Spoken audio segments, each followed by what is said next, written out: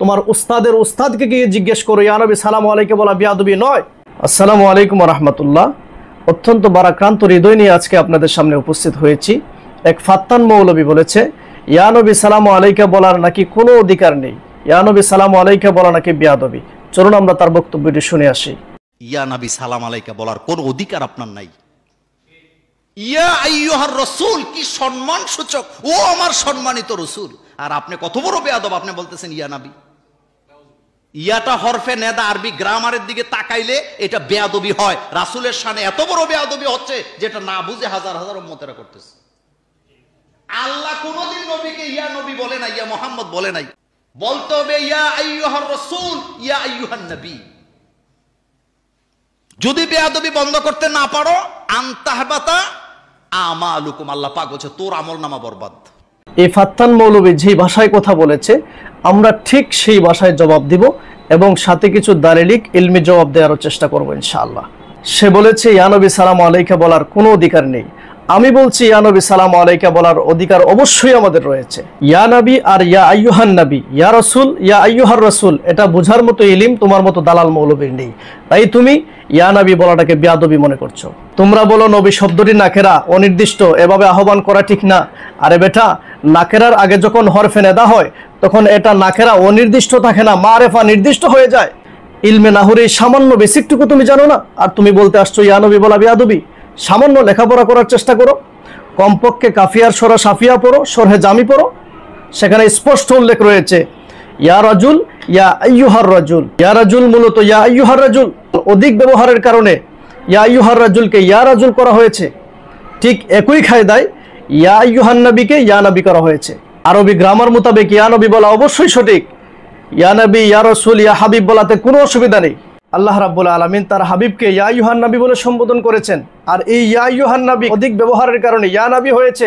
একটু তো লেখাপড়া করো, ইলমে নাহুরি সামান্য বেসিকটুকু তুমি জানো না, তুমি আসছো বলতে ইয়া নবী সালামু আলাইকা বলা বিয়াদবি, মাআযাল্লাহ। হে ফাত্তান মৌলবী, তোমাকে একটি কিতাব দেখাচ্ছি, তুমি দেখো, ভালো করে দেখো। ইয়া নবী বলাতে কোনো অসুবিধা নেই। ইয়া নবী মূলত ইয়া আইয়ুহান নবী। এই কিতাবটির নাম হচ্ছে মাদারিসুন নাহবিয়া।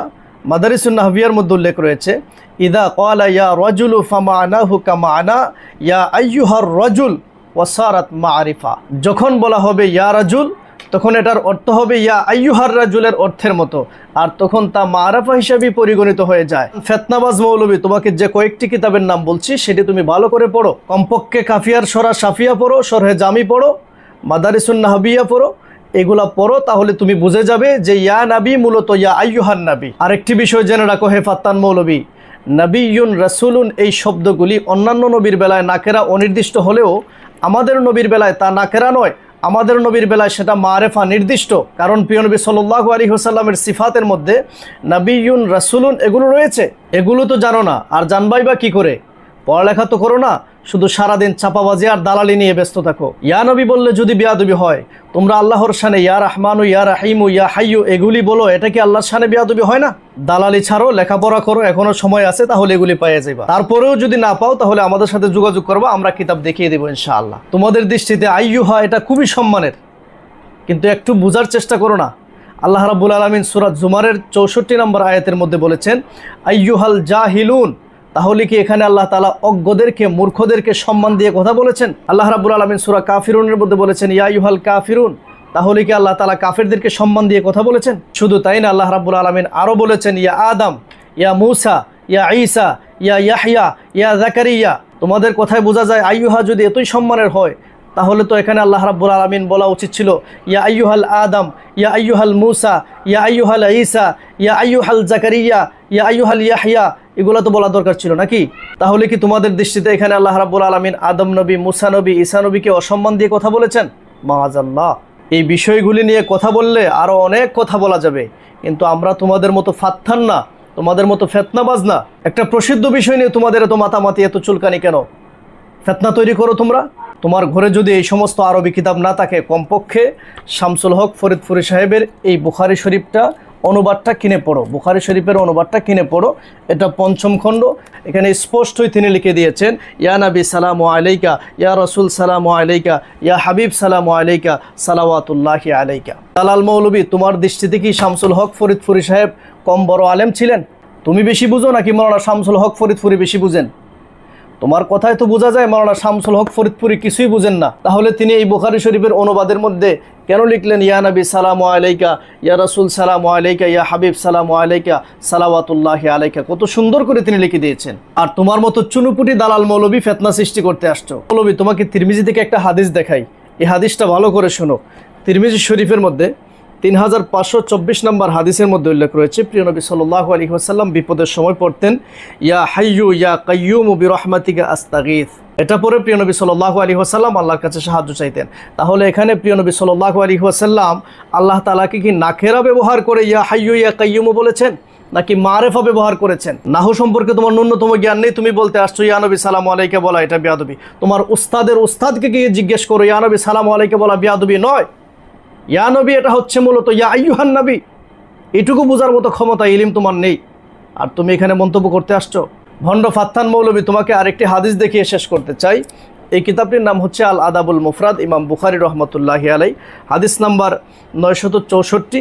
আমি সনদ সহকারে পড়ে শোনাচ্ছি।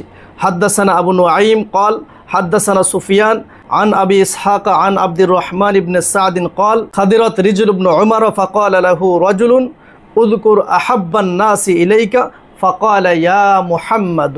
আব্দুর রহমান ইবনে সাদ বলেন, একদা হযরত ইবনে ওমর রাদিয়াল্লাহু তাআলা আনহুর পায়ের মধ্যে ঝিঝি ধরল।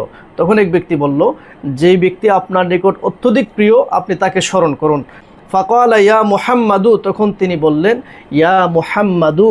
এখানে তিনি হযরত ইবনে ওমর রাদিয়াল্লাহু তাআলা আনহু বলছেন ইয়া মুহাম্মাদু, এখানে কি হরফে নেদা নেই? এভাবে ডাকলে বা এভাবে আহ্বান করলে যে বিয়াদবি হবে, এটা কি হযরত ইবনে ওমর রাদিয়াল্লাহু তাআলা আনহু বুঝতেন না, নাকি তোমরাই শুধু বুঝো? আরেকটি কথা তুমি বলেছো যে বিয়াদবি যদি না ছাড়তে পারো তাহলে আল্লাহ রাব্বুল আলামিন বলছেন আনতাহবাতা আমালুকুম ওয়া আনতুম লা তাশউরুন।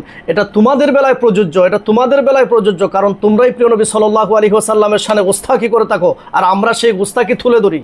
আরেকটি আয়াত কি পড়ুনি? আল্লাহ রাব্বুল আলামিন যে হুঁশিয়ারি করে দিয়েছেন ইন্নাল্লাযীনা ইউযুনাল্লাহা ওয়া রাসূলাহু লাআনাহুমুল্লাহু ফিদ দুনিয়া ওয়াল আখিরা ওয়া আ'আদ্দা লাহুম আযাবাম মুহিনা। এটা কি পড়ুনি?